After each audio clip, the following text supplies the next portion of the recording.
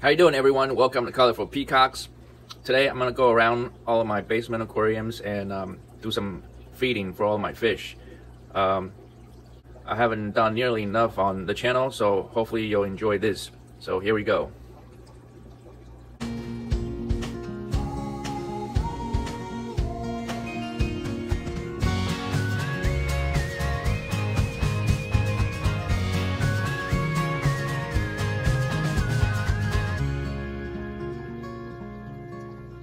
First up, I've got the 75-gallon aquarium here. I'm trying to breed this blue and white patterned OB. And as you can see, he's trying to protect his bed over there.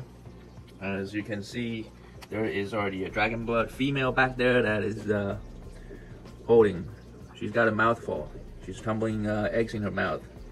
And if you look at it carefully, you could almost make out. Only if I can get the focus right. Yeah, there's too much reflection. So she's not gonna eat. Usually, once I discover that a female is holding, I will, I used to use some kind of color marker like those, and I would write it right on the glass, the date of which the holding was first noticed, and I would wait a minimum of 4 to 5 days before I go and take the female out and strip the eggs out of her into a container, like that bowl over there. I have a stripper, and then load the eggs into an egg tumbler. As you can see, I've taken my tumbler out. It's just the upper part that had tubing in there pumping air. I haven't shut them off because the air will just help aerate the water in the tank. The oxygen is good, but normally I got this lower portion over here. It would sit inside of those brackets that's been with the suction cups that's stuck to the glass. You've seen my how I tumble my eggs before, so I don't have to go in detail. Anyways, I was supposed to feed these tanks, so what do I feed them with? In case you wonder, I got these large size Hatchery pellets. They are marketed in the 2 to 3 millimeter size. I can't remember. I think 3 millimeter sizes. And as you can see, those smaller orange colored pellets there, they are the tetra color granulars. Let me open it up. So as you can see, that's what they look like. They are, the average size on them is approximately 1 millimeter, let's say. Some are smaller, some are larger, and they're easy to crumble and crush with my fingers. But I need to feed those same food to these fry tanks over here. I could easily crush them up and feed it to them. They are very hungry. They haven't eaten. I usually just get a handful and put them in. There you go. I let them chum them up.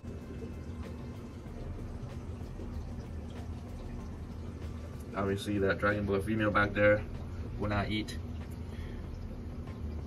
So if her eggs were to become fertile, it would fertilization, I mean, is from this only male that's in the tank, the blue and white OB. In the past, I've always bred the raspberry OB, so I figured this guy is very special, so I want to breed him. So most likely, the eggs or the fry will turn out to be split genes, with approximately half of strawberry dragon bloods and half of them being OBs. And if he were to get any of these other OBs holding, then I can pretty much be sure that most of the fry are going to be 100% OBs with no split genes. So that's been fun. Let's see, taking the same food I'm gonna feed to this guy up here. A while back, I rescued him from the upstairs 125-gallon display tank. He almost got killed up there. This guy, I've since retired him from my breeding program he's no longer fertile. Couldn't get the eggs to pan out. So I threw him in the 125-gallon display tank, not by himself, but along with like 5 or 6 other fish.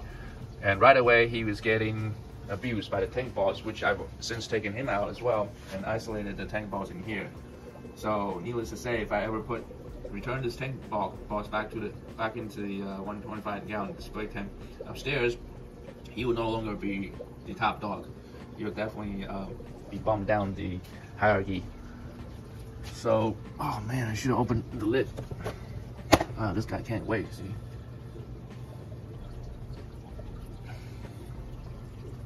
That should be more than enough for him.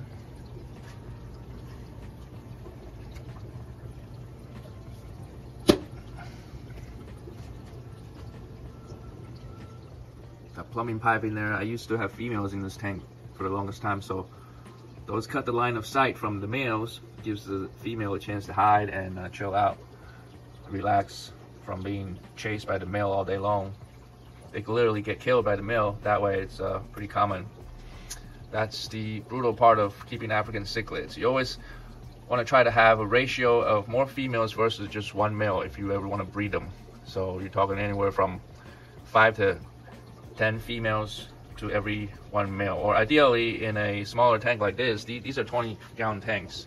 This stack of 3 are 20 gallons. This one over here is 20 gallon, and this one is 30 gallon. Ideally, you want to do your breeding program in a 40 breeder. You know, obviously, people call this 40-gallon tank a 40 breeder, you know, for a good reason, because a lot of fish can be bred in this size. But however, as you can see, I've had success breeding my African cichlid peacocks in tanks as small as 20 gallons like these. They won't breed in the 10-gallon, don't even try that, but 20-gallon, it's okay if you're experienced. If you don't have that, I mean, if you can afford it, go up to a 30. It's taller, it's the same width as the 20, it's just taller. It's 10 more gallons in the height. Alright, looks like I've given him too much food. The rule of thumb in feeding the fish is that you want to give the amount that the fish or the whole tank can finish within 2 minutes, 2 to 3 minutes. I don't feed my fish every day. On average, I feed every day and a half. So sometimes I feed 2 or 3 days in a row. Sometimes I skip a day, every other day. Now this tank is always hungry. I've sold most of the tank. I mean,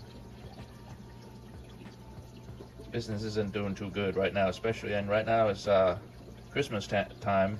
I'm not shipping. I'm not gonna compete with those sellers trying to, you know, get their Christmas gifts to the buyers on time.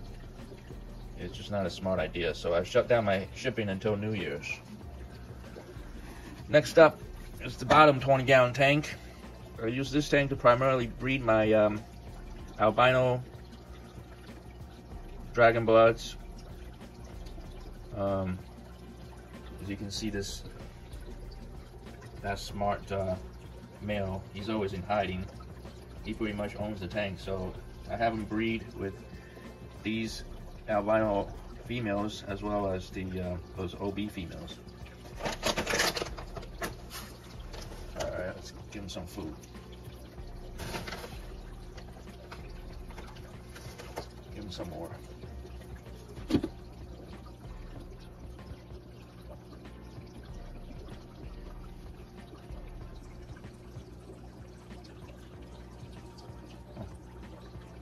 The male still wouldn't come out. Guess he's not very hungry.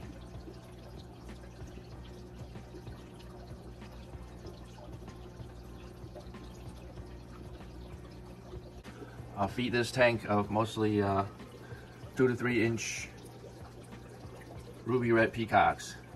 I got at least 2 males in this tank. There's a colored up male over there. He's the best looking in this tank. If anybody's interested in him, he's available.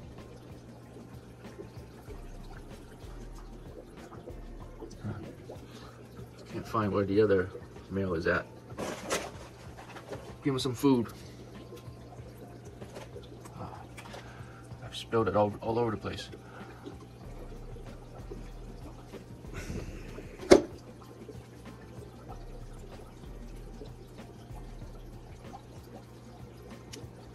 See how the food is floating on top of the water? Sometimes they have a tendency to get stuck right next to the output pipe.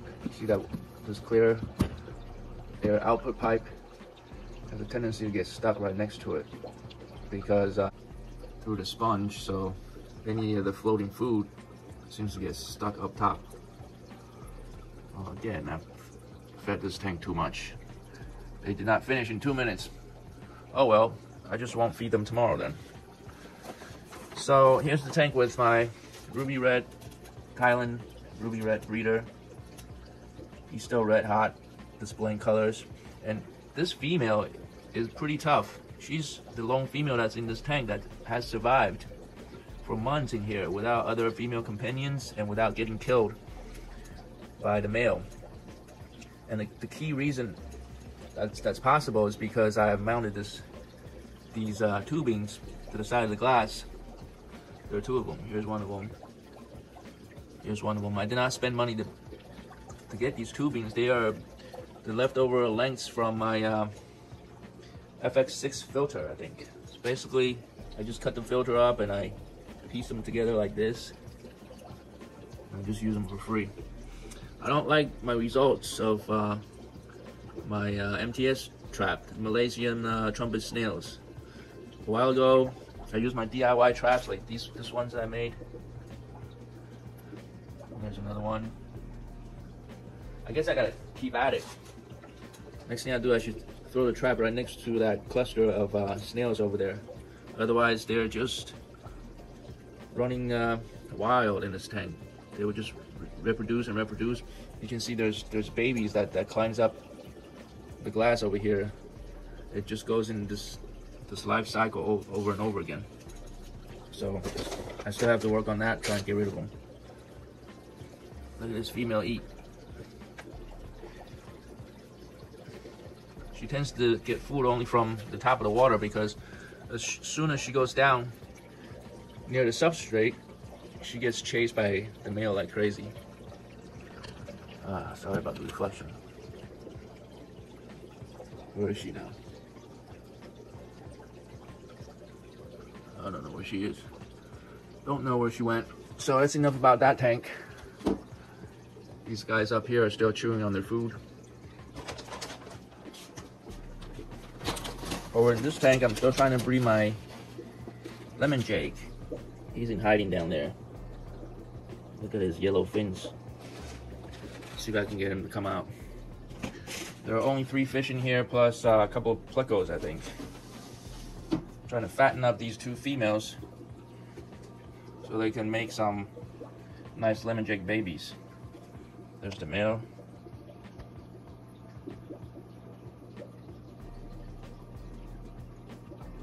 Look at, he's getting some.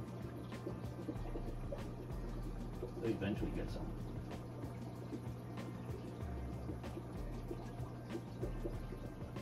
Okay, next up is this grooming tank over here. This guy is available if anybody's interested in him.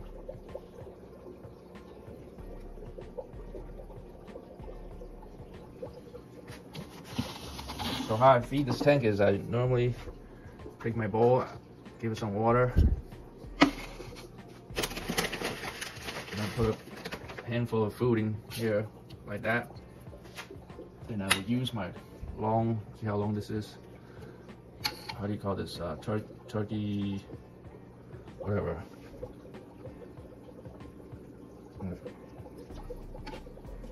This gives me control. I can aim it to whichever side without overshooting too much. Like that, this cluster, this next cluster behind the strawberry is empty, so I don't want to shoot any food in there. But I have to go in from there without shooting any food out. I want to shoot it, yeah, at the raspberry, OB raspberry, so you can get some.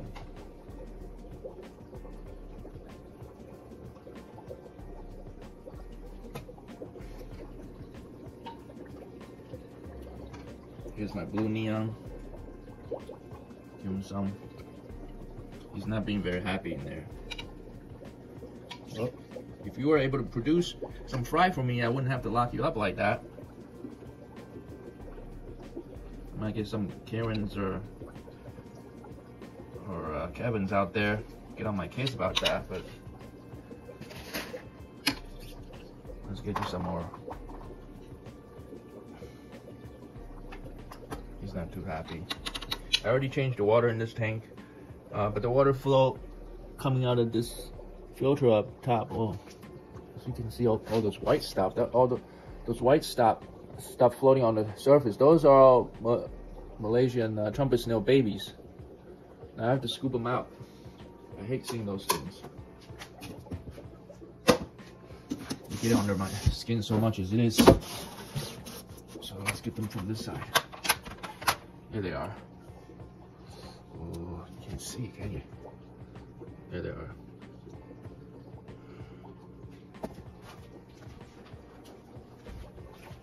Use this small net. Try and scoop them up. I wouldn't be surprised they're all like filled up inside of my filter. Because every time I open up my canister filter to clean out the filter foams inside, I find all kinds of snails. They're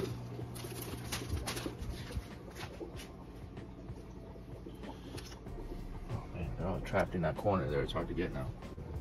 Some of them escaped out here.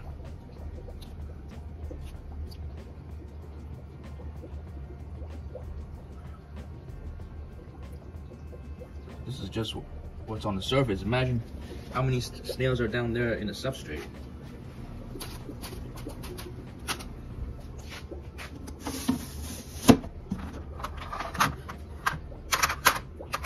I know this video is going to be way too shaky, but it is what it is.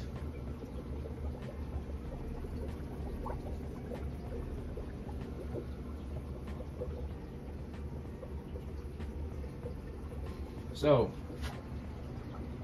now I just gotta feed the small tanks down here. What I use to feed the small tank is these bug bites. They come in the 3mm pellet size, just like what you see on the picture. However, as you can see, I actually crush them up myself. I use them to feed babies. So let's give them some.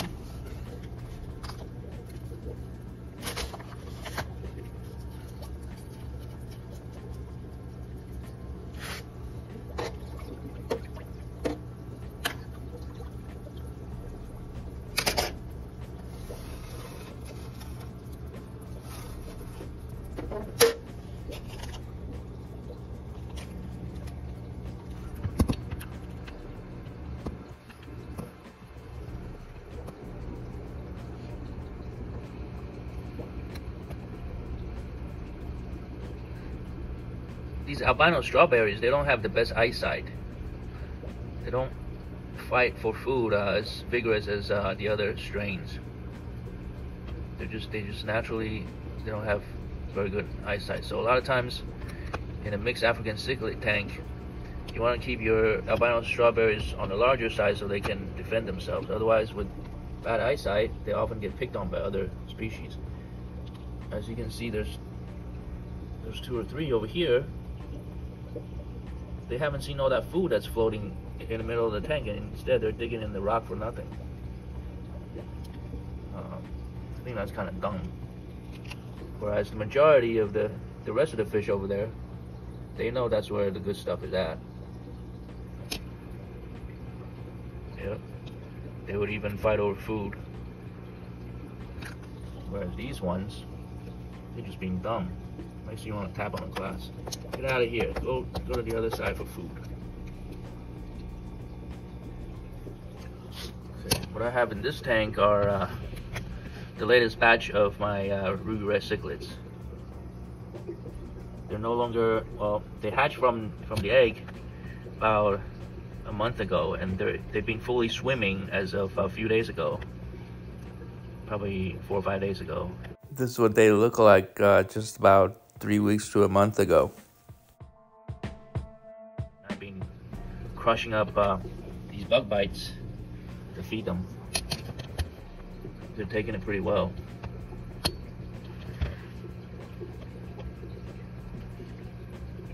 I'd imagine there must be about 30 some, 40 some of them. So hopefully they'll grow fast to size. So I'll be able to sell them. Some in there for them. Here's a whole bunch of fish that's ready to go. They're the right size that I would sell, 1.5 inch. Put some over here and some over there.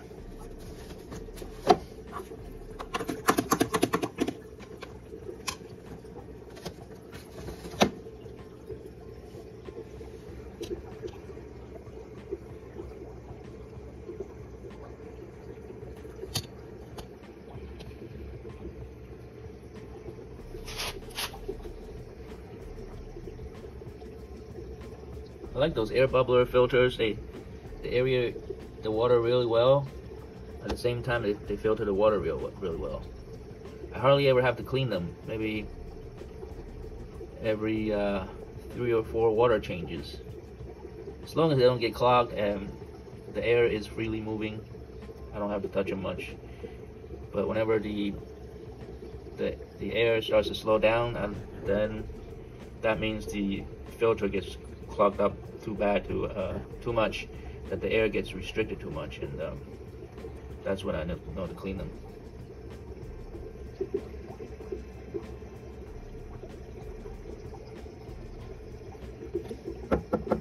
And they're really concentrating on eating, aren't they? All right, the next tank is over here. That's very crowded. Put my food over here. Hopefully they'll swim over this way. Here they come.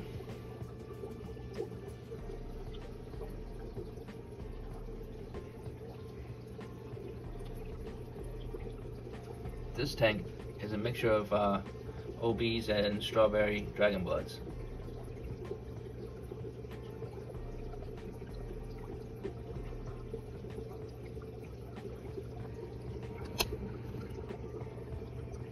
And eventually I'm gonna have to split out half of the fish from this tank. It's just getting too crowded. There must be like anywhere from, I would say, at least 60 to 70 fish in here.